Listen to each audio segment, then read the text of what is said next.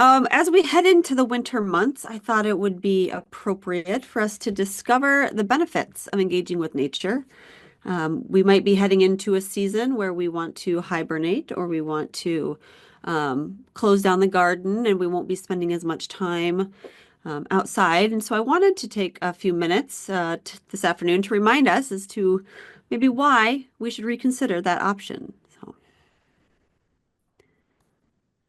All right, now before we begin, I do want to do a little exercise with you all. So if you feel comfortable in the space that you're in, I'm going to ask you to just close your eyes so you can go somewhere else, right? Let's transport ourselves somewhere um, in nature. Go to wherever nature space you feel comfortable in, you are fond of, just your favorite nature location. And I'm going to stop talking for a minute or so, and I just want you to notice how you feel as you are envisioning this space.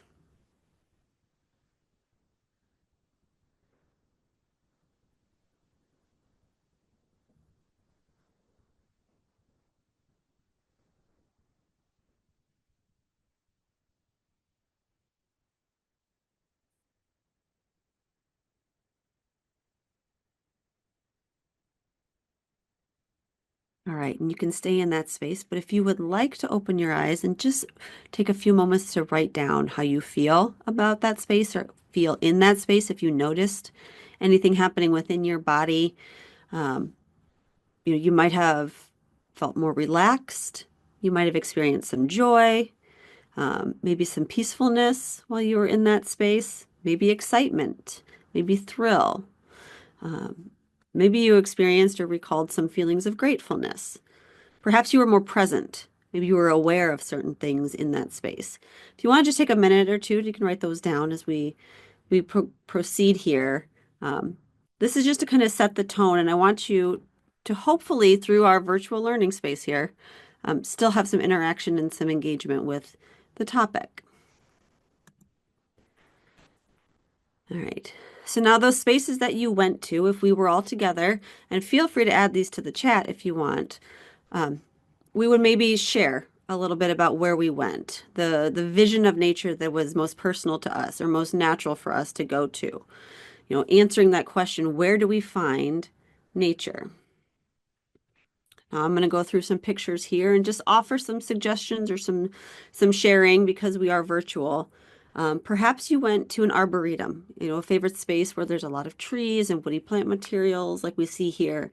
This is in the early spring when we've got a lot of those early spring blooming trees and shrubs, with their floral displays. But we've also got leaves just emerging, those very early leaves in the spring with their like bright, fresh colors. And other things are still dormant. They're waiting a few more weeks before deciding to join the party and leaf out. Maybe it's in a public nature area. Maybe there's a combination of naturalized prairie. Maybe it's an edge space here. We can see the transition with the prairie into the woodland.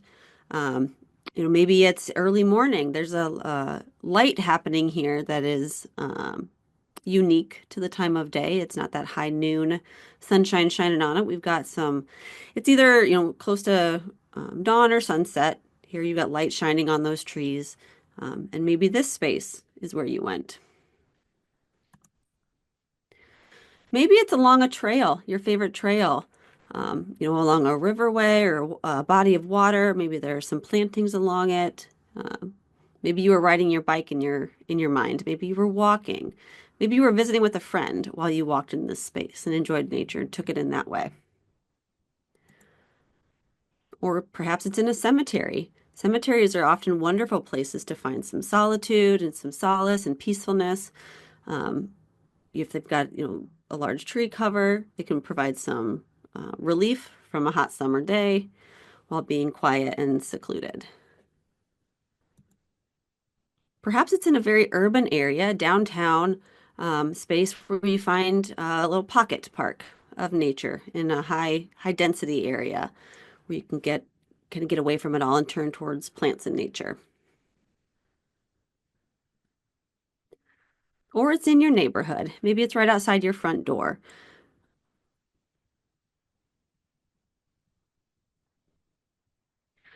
Perhaps it's in the winter.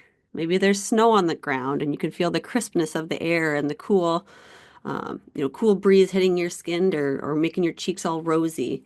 Maybe that's where you went. Or here again, maybe it's at sunset and you're enjoying the expanse of the sky and the way that the light falls differently on the landscape. And you see it differently as you did in the day previous or throughout the different seasons. Here we have a pretty robust stand of switchgrass, and maybe the lighting here looks different, at the end of the day than it does at the beginning of the day when the sun is on the opposite horizon. Or maybe it's not a lot of plants at all. Maybe it's in stone. Maybe it's a natural material that you're finding nature and you're escaping to. This is Arches National Park. It doesn't exactly look like Illinois, but it's nature no less. The timeline by which this nature took place and illustrates the passage of time is different than what we see when we're looking at prairies or trees or annuals in our backyard. Or maybe it's far away.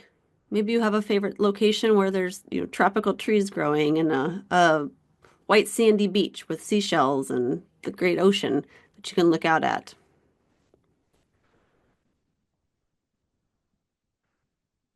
Maybe it's really loud, or maybe there's a certain sound with it, like this waterfall crashing over these rocks. Maybe it's a more subtle sound, but nature has a sound to it. So maybe you heard some different noises in your meditation in the time that you were spending in your own personal nature. Or what does it smell like? Sometimes nature has a really distinct smell to it, or a taste. You could, have a certain flavor of nature that just, gives you all the wonderful feelings that you might find when you're, experiencing nature. So don't forget those other senses. Perhaps you revisit your location that you were just at and try to pay more attention to the sights and the sounds and the smells and the feel. Or maybe it's very small. Maybe you really enjoy, some of the creatures that you discover in your landscape. There's this little praying mantis that I discovered. It doesn't have to be big. Nature is found in very small details here. It can be found in very large landscapes. So it's all up to you what nature means to you.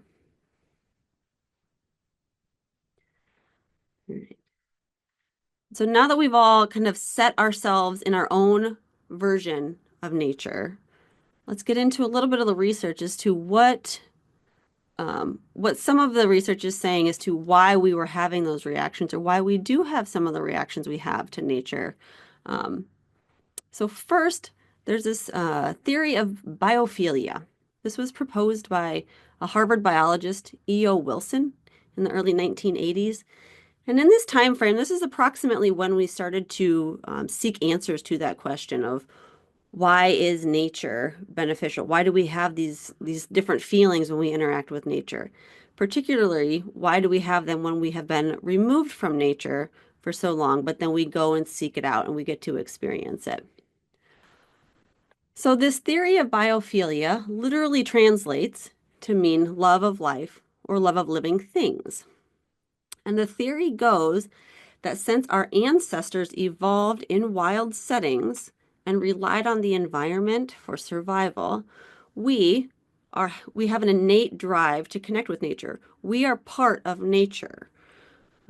So the evolutionary history of people, roughly, very simplistically, looks like, about 400 million years ago, people were walking on four legs. We began to walk on four legs. So that was one of the first evolutions of our species, is that we stood upright and were able to move across the land in a different way. Brains became larger and more complex expressions of art and elaborate cultures began to form over the past 100,000 years. Written art, written forms of communication, elementary as they may have been, started to occur. Then approximately 12,000 years ago, the Neolithic Revolution occurred in the Fertile Crescent. This is when people started to practice agriculture and there was a more settlement pattern to our history. And then in more recent years, 200 or so years ago, Industrial Revolution took place. So this is when we moved really from an agrarian society into an industrial and mechanized manufacturing society. This is when we really separated from our close-knit interactions with the natural landscape into kind of what we know today as our urban cities and our modern lifestyle.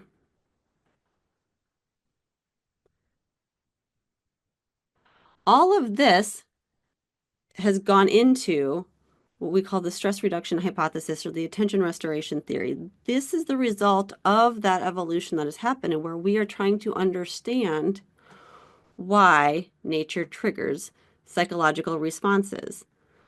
Why, when we are experiencing some sort of natural space, we have a cognitive um, reaction to it. What does our brain do? What does our body do when we're in nature? And there are different theories.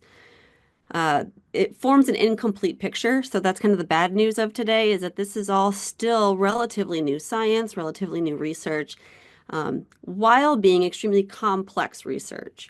Nature is complex, people are complex, and so nailing down exactly what is happening, why it's happening, when it's happening, is challenging. But that doesn't mean we haven't tried. We have tried to study down, to nail down exactly what is happening. And so we're going to go through some of these benefits. Feel free to take notes as you go along or make, little asterisks next to the notes that you have because some of this will land with some of you, some of it will not. The idea is not to explain away all of the possibilities. Like I said, this is an incomplete study. We're still doing research, but I think this can help us understand maybe what we've experienced. So one of the first studies that tied human beings to the well-being of human beings to nature, it was published in 1984. Dr. Ulrich was a pioneer in this research. He's published an article or a research paper called A View Through a Window May Influence Recovery from Surgery. So one of the very first ways that we looked at nature interacting with people was in the setting of a hospital, in a healing setting, and seeing which of the views that he observed patients. He didn't set them up. It was an observation of patients who were viewing either a natural space or a brick wall and reviewed their post-operative recovery times and their experiences in post-op. And basically what was observed was that those people who had views of nature, of a green space, basically was a tree outside of their window, so kind of a limited view of nature, still experienced higher levels of or faster recovery levels, so they were released from the hospital. They had fewer negative results, evaluations from the nursing staff, so they were more pleasant patients. Their moods were improved. They had fewer needs for pain medications, so they just experienced recovery in a more positive way when they had a view of nature. Now, this model has been replicated a number of times since. And so similar results have been discovered in these replica studies. And so an example, they're not all similar. They're not the exact same. It's a similar model asking a very similar question. So in 2015, students were asked to look at a flowering green roof for about 40 seconds during a test. And the results showed that they made significantly fewer mistakes than students viewing nature or than viewing a scene of concrete. And so that's kind of that contrast again, right, between viewing nature and then viewing something that is man-made and artificial, so a stone type of structure. And they were able to make fewer mistakes on an exam. And so indicating that there are some benefits to be had in exposure to nature. Right. To continue on, so we're going to look at these next two slides. We look at the cognitive well-being of children and then the cognitive well-being of adults. And we just kind of break these focus groups into different sections because of the type of research that's being done on them. And I'm going to just give you a few examples of how exposure to nature, interactions with nature help students or help kids learn some self-control behaviors. It helps to improve their focus, can help reduce anxiety and build confidence. And it also teaches some responsibility. Um, so in 2019, there was a study done out of the University of Chicago that revealed having green spaces near schools promoted cognitive development. They were able to have better self-control. Students were able to demonstrate better self-control when there was green spaces near their schools. What this means for our communities is that this might be an incentive to put more green spaces on school grounds or near playgrounds or views outside of classrooms to achieve some of these self-control behavior benefits. Or in 2015, students were asked to look at a flowering green roof again, and they were showed that they made fewer mistakes. And so, if we want to improve testing results, of course, this is going to be one of the tools we would have in our toolbox to help students improve concentration and focus and reduce their anxiety levels. Now, building confidence within students. I hear a lot of people wanting to help students, build self-confidence, and nature can help do that, especially in light of so much of our social media interactions and some of the other influences we have, in the lives of students. Spending time in nature can be a confidence boost. There's a lot less structured play in the outdoors than there is on the indoor play spaces. And so when they're encouraged and able to interact with nature around them, they are practicing balance. They are practicing maneuvering through a landscape that is flexible, that is responsive to their own actions. They are experimenting with how they feel about the landscape and what it is either allowing them to do or challenging them to do. So this helps them grow more confident in themselves by being able to practice, managing their own bodies, encouraging creativity, exploring imaginatively in these spaces. Now, for adults, the same benefits have been shown to carry through. So many of the same benefits that we see students experiencing comes along with us right into adulthood. The studies just look a little different because of the nature of being an adult. But we still get increased attention and focus by having exposure to nature. We are improved with our memory, which, as we age can be a challenge. And so nature exposure can help improve memory. It also reduces stress, which have beneficial health outcomes, especially as our population ages. And so I wanted to share with you an example of a study where adults who were assigned to public housing in units had more green space. They showed that better attention functioning than those in units with less access to natural spaces. And so what this would mean for our landscape would be maybe we would, as a community, try to prioritize having nature in our residential areas. So thinking of like trees in our both private spaces and our public spaces, like the urban forest, can be a matter of public health.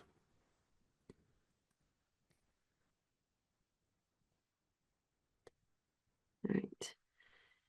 And the physical benefits, so we just talked about some of the cognitive benefits. The physical benefits of being outside are numerous. I am not going to try to name all of them.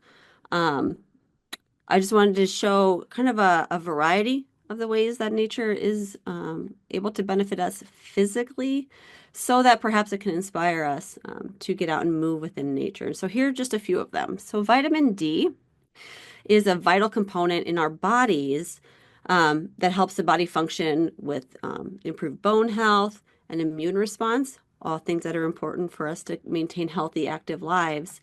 But in order for our body to produce vitamin D, this is a vitamin that is produced by our bodies. It is not obtained from external sources. We need exposure to sunlight. Where do you get exposure to sunlight? Well, that's a great question. Thank you for asking. It would be outdoors, correct?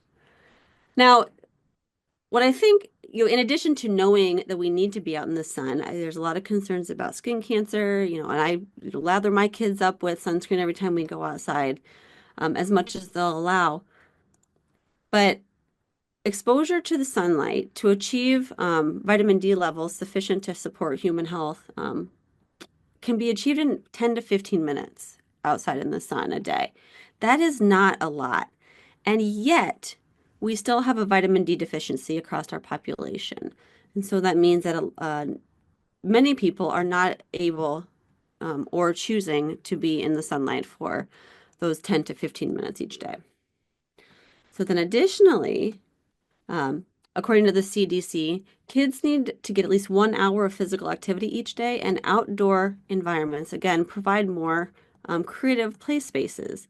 They build those executive functioning skills. They're just moving their bodies in ways that are encouraging agility. They're encouraging joint health and flexibility in a way different than perhaps, a single solitary moving forward. Let's think of like running as an activity. When you're running on a track or running for basketball or like just running in a built environment, it's a forward motion, it's a repetitive motion. But when you're outside running, even if you're running on a trail, through the woods, there's going to be roots and rocks, and the ground level is going to change, and it just builds more. Um, it builds more flexibility and more agility in students, and so you have an increased capabilities. And then getting dirty, like literally getting dirty in the dirt, letting them play in the dirt. This helps build a stronger immune system. And so having our hands in the dirt, letting kids play in the rocks and get holes in their pants because they're got to investigate whatever critter they find on the ground is going to help them build their immune system. And then finally, and this is perhaps a less obvious benefit that we all can achieve through outdoor interactions, outdoor play, outdoor movement, would be getting better sleep. So, this one study indicated that kids who spend more time outdoors sleep better. Now, there's a couple of reasons for this. Perhaps, obviously they're tired from being outside. The fresh air wears them out. All of that movement can wear them out. But beyond that, exposure to natural light can help kids sleep better. So during waking hours, it helps kids be awake and alert. But then on the flip side of that, when they are when they are removed from that natural light, they will be more tired. The exposure to this natural light also helps them elevate their mood, which I think everybody agrees that happy kids is better than grumpy kids. And so exposure to natural light can help them elevate their mood. Second, time outside can help them soothe themselves. They can be more relaxed, be in that better mood. They would be engaging in relationships that are going to add value to their lives and minimize, the distress that they are experiencing. So, being outdoors can help everybody sleep better, but for those with kids, this is especially useful knowledge. Additionally, emotional well-being. So we had cognitive, we had physical. There's an emotional well-being aspect to being in and outdoors. And one study found that people felt more connected to nature when they have been in it. They have greater feelings of contentment. They're having more meanings or feelings of purposefulness in their life. They feel like there is a reason for each day. And this then translates over into the connectedness with each other. You bring this sense of purpose, you bring this sense of community literally into your community, whether it's your home or your friends circle or the groups that you are part of in your space. And there have been indications that feeling a connectedness with nature, being involved with the great outdoors, is a predictor of happiness. So these emotions that we gain, these positive emotions that we gain from being exposed to nature, then translate into the rest of our lives, kind of carry with us as we go into all of the spaces that we enter into. All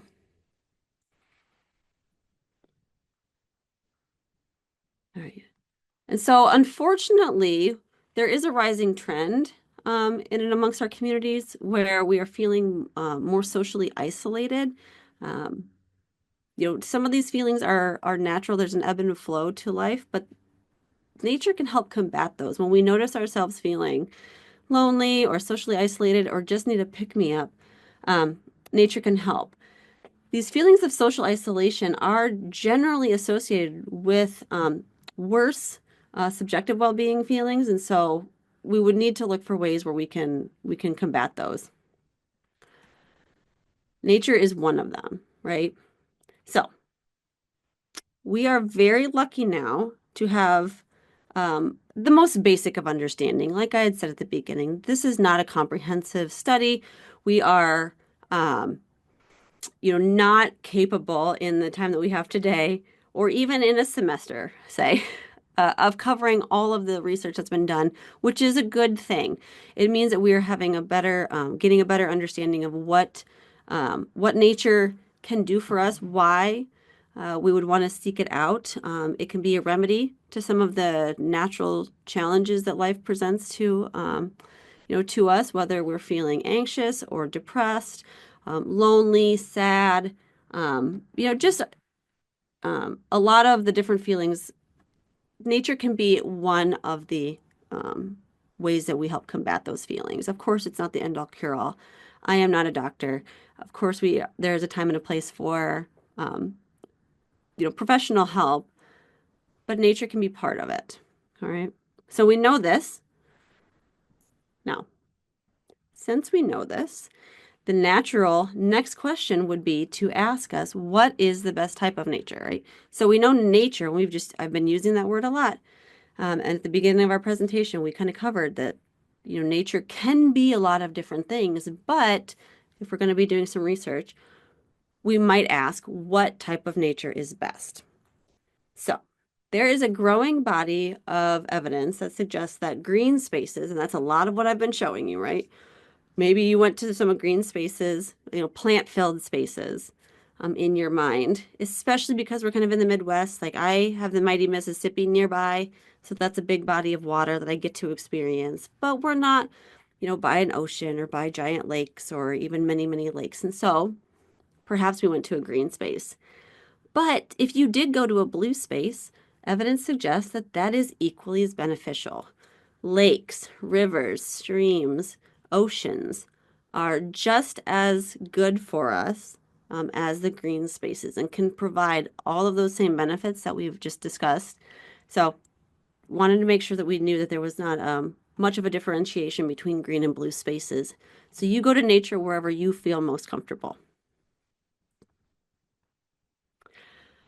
But I do want to just expand on this idea of what type of nature is best, um, because there is some suggestion that there is a deeper connection to nature and deeper feelings of restoration have been observed and recorded when people are spending more time in areas of, and I'm going to put this in quotes, you can't see me, but these are in quotes, high environmental quality. So, in places such as nature preserves or protected habitats, so like this prairie that we have in this picture here, have been shown to be more beneficial than areas of low biodiversity. All right. This is new research. I haven't seen a lot of replicated studies with the same results, and so I personally am not ready to declare that this is the complete truth. I know from experience that the type of nature I am drawn to and the type of nature I am comfortable in is different from friends of mine, from family members. I'm guessing it's different from what some of you are comfortable with. So I am happy to walk out into a very um, densely wooded forest where there's no trails and just go exploring on my own. I am also very happy to go out into a really tall prairie and get lost in amongst the tall grass species. That can be overwhelming, that there can be a sense of claustrophobia. And I'm speaking to one of my family members actually just would hate that because they are not a fan of tight spaces. And so I offer this anecdote as a way of saying our experiences and our interactions with nature are personal and they're unique to us. And so even though there's preliminary evidence that shows that these high environmental quality areas offer more benefits, I am going to encourage you to keep an open mind to find nature where you can find nature and enjoy it and accept it as best because it's going to be providing you some benefits. All right. So now that we have an open mind, I want us to travel out of the wild of our previous picture and into our neighborhoods. So we can find connections with nature wherever we are. So there's this house, there's a tree, there's a landscape. We've got streets and boulevards that we can plant along. We've got parks we can go to find nature. There are yards, there are streams, there are waterways. Some of them are ephemeral, which means that some of the springs and the waterways in our communities are not there all the time, but after a rainfall, that might be a time to find them. And so we look at them and we find them in all these unique spaces. And I just want to remind you that if you can't get to a national park, if you can't get to a remnant or a vast prairie, it's okay. All right. So now we might ask ourselves, how much time is enough? How much time do I have to spend in these spaces in order to gain these benefits? Is it 2 hours? Is it 10 minutes? Is it 40 seconds? Like what, tell me what we need to know in order to maximize the benefits, but we have very busy schedules, right? And so we need to make sure we're doing what we need to do, but not much more. Well, the jury is still out on exactly how much nature is necessary to achieve the wellness benefits. And so, unfortunately, the question marks behind 2 hours, 10 minutes, and 40 seconds is going to stay on this slide for probably quite some time. Because again, we all come to nature in different ways, with different experiences, with different intentions, and nature itself is different. And so there's a spectrum. But scientists have tried to nail down the answers to this question. And so I'm going to just share some of the results with you as examples of why we're not quite sure how much time in nature is beneficial. And then I'll give you my thoughts on the subject. So one study indicates that people who spent 2 hours recreationally in nature each week had significantly improved health and wellness benefits. So that's one study. Then in Australia, students were engaged in a dull and attention-draining task, and then they were asked to look at a flowering green roof. This is that Australian study for 40 seconds. And so they were able to gain benefits from nature in just 40 seconds. That is not very long, right? Then there were people who were walking outside in either natural and urban spaces. Um, excuse me.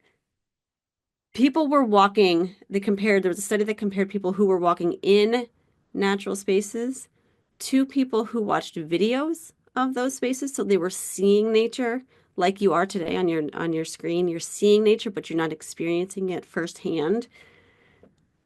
There were still some benefits gained by viewing pictures of nature. The effects were stronger when you were actually in nature yourself, immersed in it.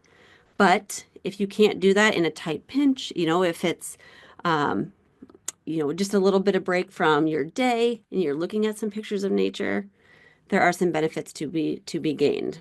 And then even the sounds of nature have some benefits. So there was a team of researchers who found that people who listened to the sounds of nature, even like crickets chirping or waves crashing, perform better on some demanding cognitive tests. And so it's pretty easy now to access these sounds of nature. And so we're really lucky in that way.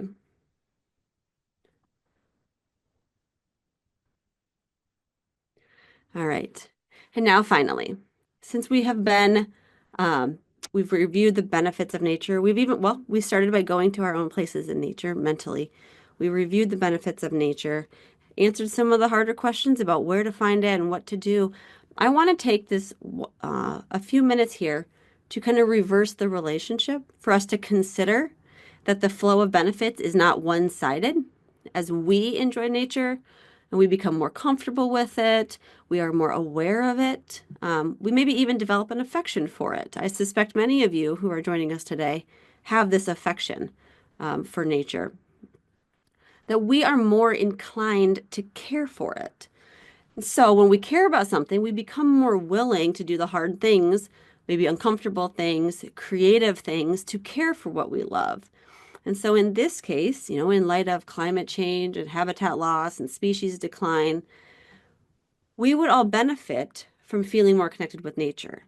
Your neighbors, we would benefit from your neighbors feeling more connected with nature. We would benefit from our kids, from our parents, from our, teachers at school to our elected officials, for everybody having a deeper connection with nature because we are more inclined to care for it if we are connected to it. And so my hope today is that during this time that we've spent together, you are feeling more motivated to deepen your connection with nature. And then bring a friend along on the journey. Now, this picture here, I include the photo here is from Voyageurs National Park. Highly recommend getting up to Voyageurs if you can. But I include it here as a reminder of the power of people. So the national park system, which I have a deep passion, love, affection for, is the result. We are the first country to recognize the incredible natural resources that we have. And people worked, took action, sometimes very challenging, sometimes very arduous, sometimes contentious actions to preserve these spaces because they loved them, because they understood the value of keeping these spaces for generations to come, making them accessible and protecting them. And so I'm not proposing that as individuals who now have the knowledge of the benefits of nature, that you have to go out and do the same. You don't have to go establish a national park. Although if you want to, I'll visit. Um, but you don't have to. We can do these small actions in our own backyard, in our own community, in our own home. Sometimes nature is in our own home through houseplants or engaging with nature that way. That grows us our empathy. We get more connected to nature. Also, through this continuing education, I'm so pleased you are here today because you're learning more, you're exploring, and your understanding expands of nature. That perhaps, as a result, we can take some action to protect and to enjoy nature because this benefits both us and nature. And before we open it up for questions, I want to just leave you with some words of wisdom from a group of people who know a thing or two about dealing with inclement weather and still being out and involved in it. And so I am not going to read you the quote. I'm going to read you the translation, which is that there is no bad weather, only bad clothes. And that is a motto I take with me into the winter months when I would rather be toasty warm, but I know the benefits of nature. I make a considered effort to get out to it, and I never regret it. And so I thank you all for joining us today. I'm going to forward a couple of slides, but we'll open it up for some questions.